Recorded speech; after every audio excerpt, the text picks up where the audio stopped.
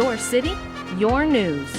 From the campus of the University of Nebraska at Omaha, this is the Omaha News.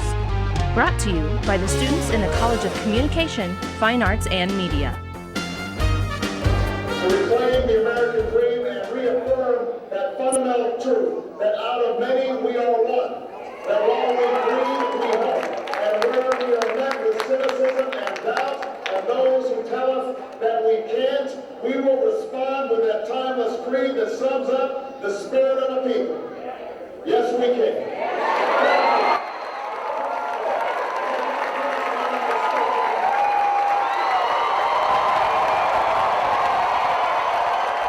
The country is preparing for change. Senator Barack Obama will be the 44th President of the United States of America. He won the electoral vote and the popular vote, making history as the first African-American president. In Nebraska and all over the country, records for voter turnout were broken, adding to the historical importance of this election. Good afternoon, I'm Erin Cox. And I'm Mike Nanfito. Yesterday was the end of the longest presidential campaign season in history. It began 21 months ago, long before the Iowa caucuses last January, and ended with a historic vote that swept Barack Obama into the White House. He won 349 electoral votes, well over the 270 needed. President-elect Obama will have a Democratic Senate and Congress to work with when he takes the presidential oath on January 20th. Here in Nebraska, John McCain won the popular vote with 57% over Obama's 41%.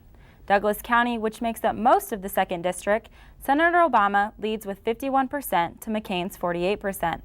Whether or not Obama gets a 2nd District's electoral vote is still up in the air. About 1,500 supporters turned out for Nebraska Democratic election night rally at the Hilton in downtown Omaha. The news that Obama had won left many excited for the possibilities in store. If we can do this, elect this young, brilliant man, who also is African American, to be president of this nation at this time, all things are now possible. The crowd, which also included supporters for Jim Esch,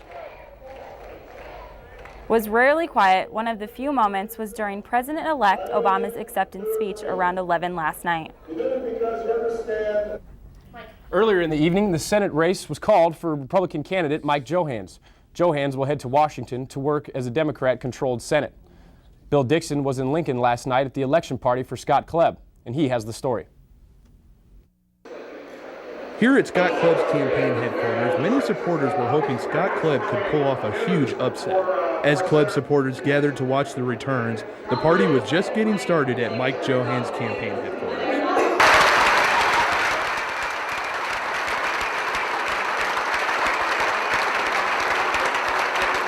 I have not yet had an opportunity to speak with Senator Nelson, but I anticipate that I will before the night is over.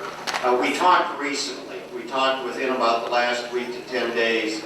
I think you're going to see an excellent working relationship between Mike Johans and Ben Nelson. While Klebb was disappointed, he congratulated Johans and expressed hope for the future.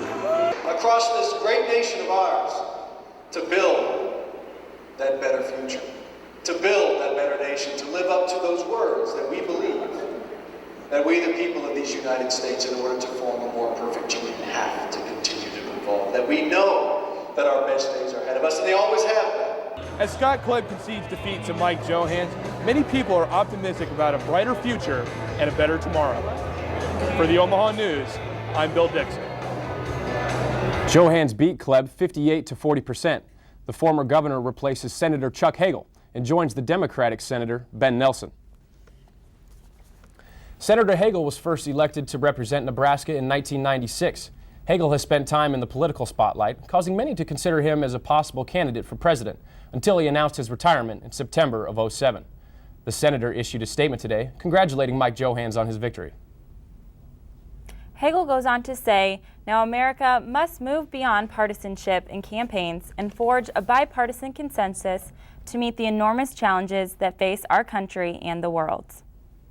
As expected, the congressional race between Jim Esch and Lee Terry was extremely close. The winner was not announced until around midnight. Jaron Benson was there and takes us through the race. Do this You might not have been able to tell by their two campaign parties Tuesday night that the race between Jim Esch and Lee Terry was so close. Oh, by far the closest election I've had, and knew it would be. The excitement of the Democrats made it feel more like a rave party, where on the Terry side it looked more like a birthday party. Supporters of both candidates were taken on a roller coaster ride as votes came in and the lead went back and forth. Pulled for Esch to win, second time around, and it's close. As the night got later, Lee Terry had pulled ahead, but Esch supporters were still optimistic. I'm really hoping that as the precincts come in that Mr. Esch pulls it off, because I've done a lot of campaigning in my spare time to help him out, and as well as for Mr. Obama and for Mr. Klebb. So I'm hopeful that it all works out in the end for who I campaign for. Esch supporters left his campaign party cautiously optimistic about what would await them when they woke up this morning. Lee Terry has been down this road before and knows what to expect. It looks good now, but we'll know a lot more when these next results come out. Just around midnight, it was announced that the incumbent Lee Terry had won, and he has things he wants to get done. No, my goal right now is just to build up the seniority and become even more effective in the House of Representatives. Reporting for the Omaha News, around the clock, I'm Jared Benson. Jim Esch was able to narrow the deficit from his last defeat 2 years ago. He lost by a slim 4% margin. Esch made his concession speech late last night, and it was unknown what his plans are for the future. And now some results from other congressional races and the amendments that were on the ballot in Nebraska. Nebraska's District 1, which covers much of eastern Nebraska, will be represented by Republican incumbent Jeff Fortenberry. Fortenberry beat out Democratic challenger Max Yasherin 70 to 30%. This will be Fortenberry's third term. And Adrian Smith was elected to a second term to represent District 3 in central and western Nebraska. Smith won with a 77% of the vote. Jay Stoddard received 23%. Nebraska voters approved Initiative 424, also known as the Affirmative Action Ban, 58 to 42%. The initiative will add the amendment to the state's constitution to prohibit public agencies from considering race or gender when awarding contracts or scholarships or hiring employees. Amendment 1 would have allowed cities and towns to use money from sources other than general taxes to pay for economic development. It failed. 54% of Nebraskans voted against amending the state's constitution.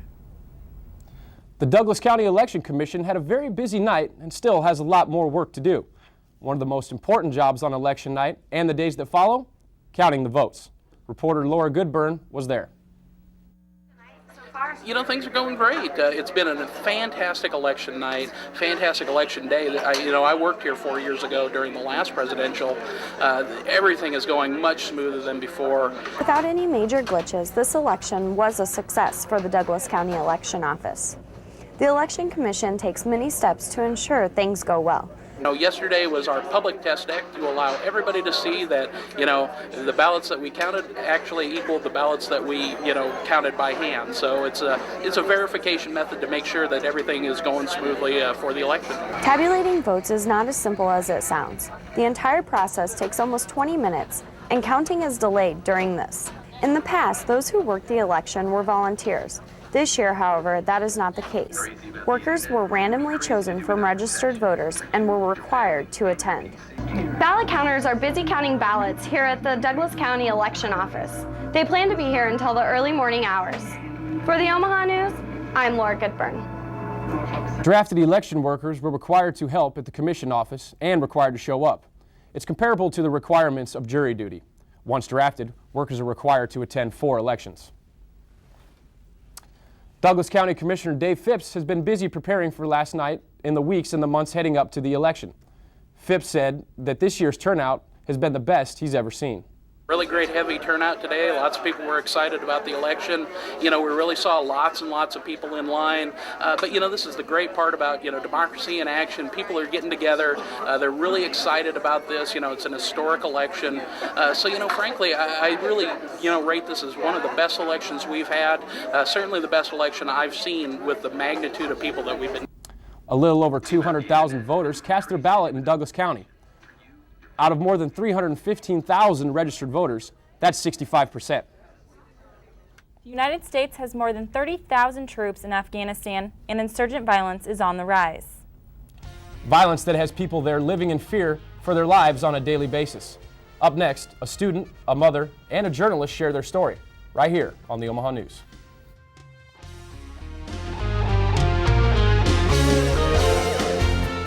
UNO Television. Students work with professionals who have all kinds of experience in the industry. Lights, camera, action. Literally. Get paid while you learn more about the TV business. Work on all kinds of productions. My friends who worked on TV Crew last semester are now working part-time at local stations. Working on TV Crew is a great experience. UNO Television. Student crew, professional staff, award-winning results. Most local television news only gives you brief headlines about issues that may be important to you. But for more than 10 years, only one program has remained dedicated to examining all the information about issues that really matter to Nebraskans. I'm Kathy Wyatt, and it's my privilege to present those issues for your consideration. Join me on the campus of UNO in a program we call Consider This, every week on the Knowledge Network. As President-elect Barack Obama gave his acceptance speech last night, he mentioned the quote, "Brave Americans waking up in the deserts of Iraq and Afghanistan to risk their lives for us." Afghan President Hamid Karzai says the election of Obama heralds a new era for the United States and the rest of the world. Karzai told the Canadian press that he hopes the election will bring peace to Afghanistan. The United States has troops in Afghanistan since 9/11 attacks of 2001. Munira Amini joins us live in the newsroom with more coverage. Munira? The war in Afghanistan is often about the numbers, how many insurgents and soldiers have been killed. But sometimes the people who have dealt with the politics have not been mentioned. Since the Soviet invasion in 1979, Afghanistan has passed through a long period of turmoil and strife. Many innocent people have lost their loved ones and homes. Now their lives are endangered by terrorists, Al-Qaeda, drugs, and smugglers. 3 people who fear for their safety share their stories about what really goes on in Afghanistan. Because of their fear, we're hiding their identities. 17-year-old Zaki recently graduated from high school. He says if the security situation continues the way it is now, everyone will be disappointed. I wish that someday there is full security in my country so that I, like other youths around the world, can continue and complete my education. Almost every day when he walks to school, he fears for his life. There might be a possibility that I get killed or kidnapped. Zaki believes the younger generation shouldn't live in fear due to the absence of security. I wish in the future that I can complete my higher education at the military academy so that I can serve my people and defend my nation. It's not only the younger generation that has a tough time coping with modern-day life in Afghanistan. A mother who wishes to be anonymous worries about the future of her children. Because of the lack of security and trust, I can't send my daughter to a different city to pursue her education. Most of the time, she keeps her children at home as if they are in prison. And after 8 p.m., no one dares to answer the door. She is afraid of kidnappers. There is a good reason for the fear.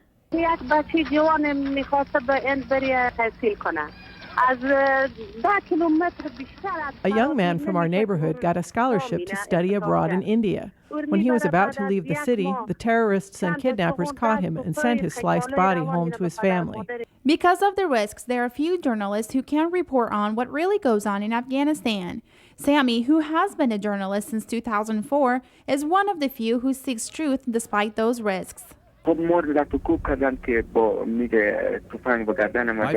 and I were pistol whipped in the neck just because of the story that I reported on. U.S.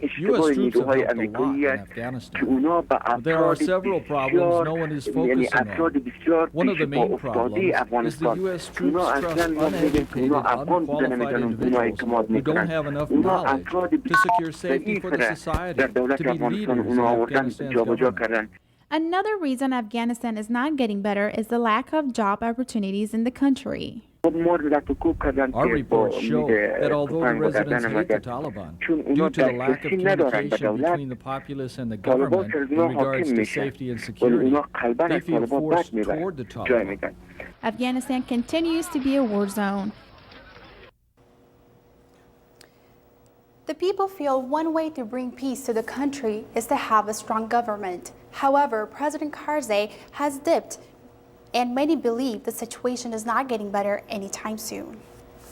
Now, Manira, how does President-elect Obama stand on the issue of the war in Iraq?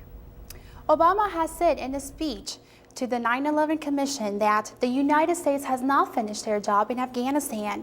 He was a strong supporter of the war. He also told them that if elected president, he would take the fight to the terrorists there. He stressed getting out of Iraq and directing resources to Afghanistan. Back to you, Aaron and Mike. Thanks, Manira.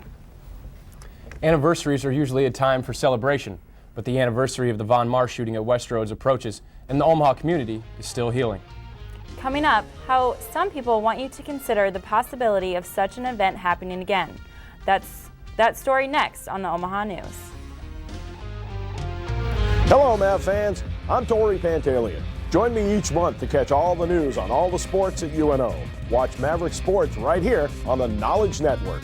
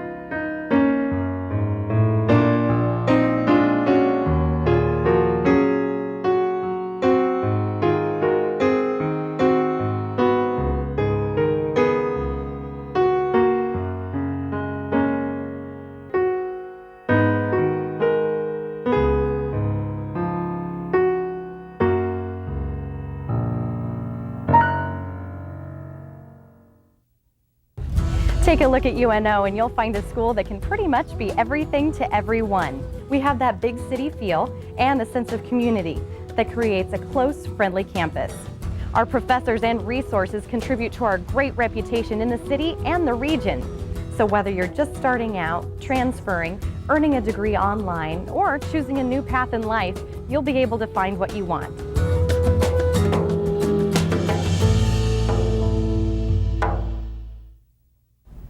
1 month from today marks the one-year anniversary of the Von Marr shooting at the Westroads Mall.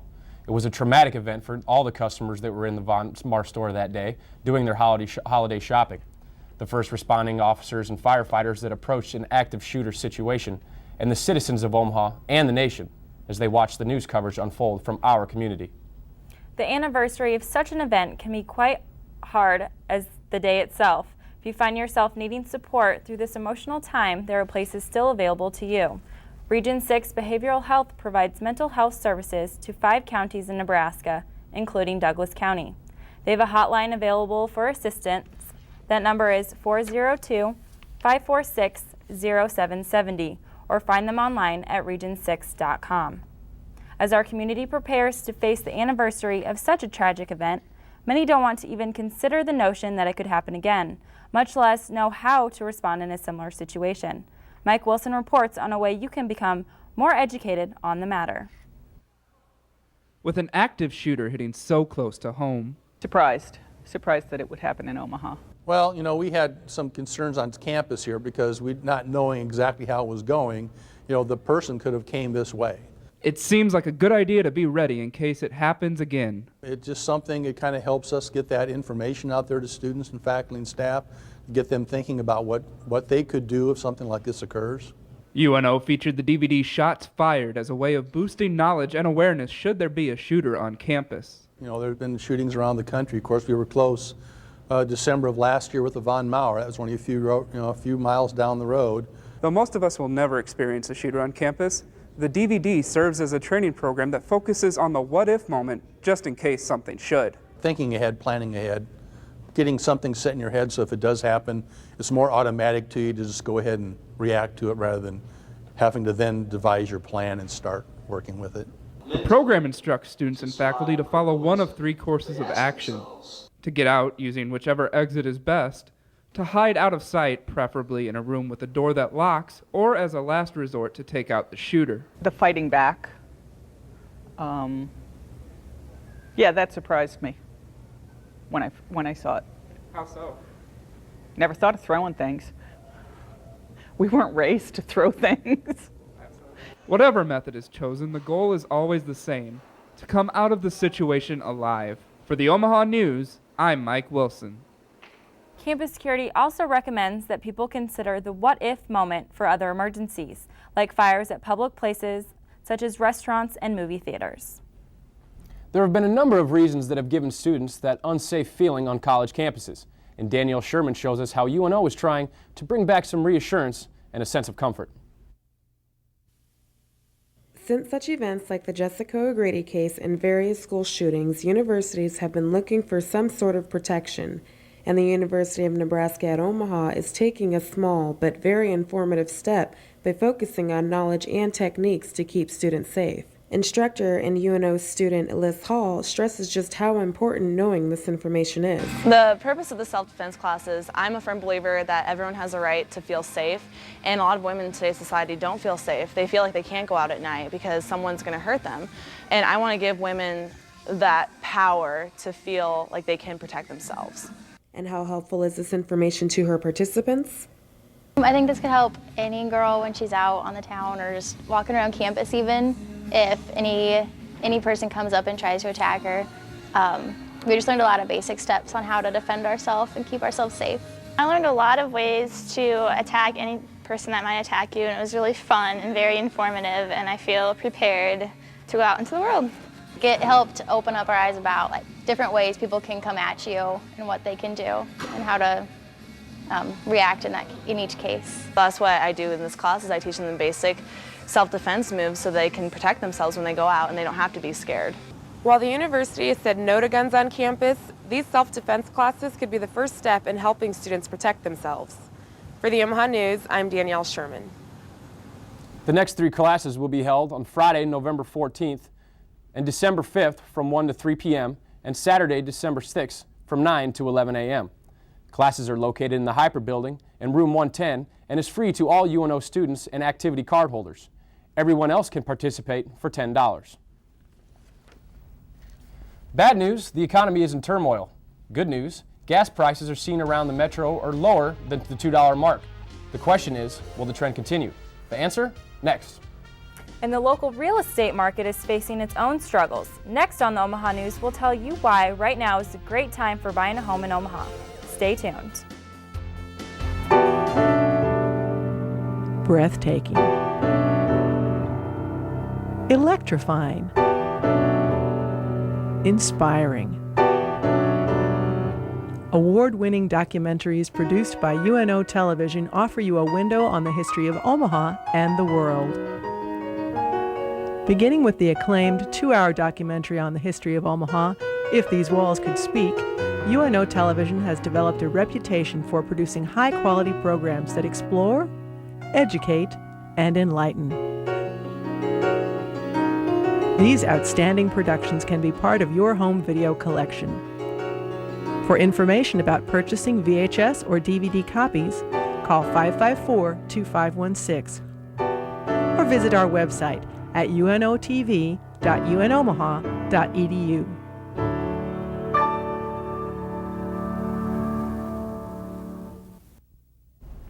The real estate markets suffered one of its worst years in 2007. With the economy still in turmoil, the real estate market hasn't seen the turnaround that was expected. Morgan Matthews reports. The real estate market has been hit hard over the past 2 years, and it may not be improving a great deal anytime soon. I think in 2009 it's going to be more of a recovery year. I don't think we're going to see any great jump in appreciation. I don't think we're going to see any great jump in the number of homes sold. I think it's going to be one of these years that we're going to work our way through that process where slowly but surely it'll continue to get better. I think it's probably going to be 2010 before we really start seeing things back to a really level playing field for everybody. This may sound discouraging, but Omaha is actually in better shape than other markets out there. The Omaha market's been a tough market. It's a much more stable market. We don't have the peaks and valleys that a lot of those other markets do have. clearly I think we're in better shape. There are other issues that are affecting the real estate market at this time. It's not a bad market. It's a lousy economy right now, and there's other factors besides real estate that is causing a lot of fear for consumers in general, whether they're trying to sell a home or not. Income that people were making just couldn't keep up with the prices of houses, and something had to give. Even though the real estate market isn't expected to change dramatically in the upcoming year, it's still a buyer's market. For the Omaha News, I'm Morgan Matthews. The real estate market is likely to improve in the upcoming year. Even though it hasn't completely recovered, it is still a great time for people to invest in a home. Gas prices are lower in the metro than they've been in years, but the downward trend could reverse in the near future. Carl Johnson has the story. Take a look around town today and you can't help but notice the shrinking gas prices. But prices can vary depending on what station you go to. Throughout the state of Nebraska, gas prices are on a downward turn. But at some stores, like the Crestwood store here at 60th and Woolworth, gas prices are even lower than the average. We haven't seen gas prices this inexpensive in nearly 4 years. So what sets the gas price at this station? It's a competitive thing. This is a competitive market, and we look at all the prices for a mile circumference, radius around us, and adjust our prices. We like to be real competitive. But do consumers really understand what goes into the price of gas? No, I don't understand it very well at all. Supply and demand. One thing consumers do know for sure is that they'd like to see prices even lower. $1.97 is still not cheap, but it's certainly much better than it was. So yeah, that helps when you don't have to pay as much for gas. So what lies ahead for gas prices? We'll see an increase in prices just before Thanksgiving, about 2 weeks out from Thanksgiving. You'll see prices start to climb, whether it's because of increased demand or speculation in the market, or you'll just see prices start to climb. Hopefully they won't climb back to where they were before. So fill it up before the price goes up. For the Omaha News, I'm Carl Johnson. AAA reports average gas prices in Omaha today at $2.16 a gallon. That compares to $3.24 a gallon just a month ago. Hope you had the chance to tune in last night and catch our Vote 2008 coverage. Make sure to join us on Wednesday at 4 for the Omaha News. For all of us here, thanks for watching on the Knowledge Network. Have a good evening.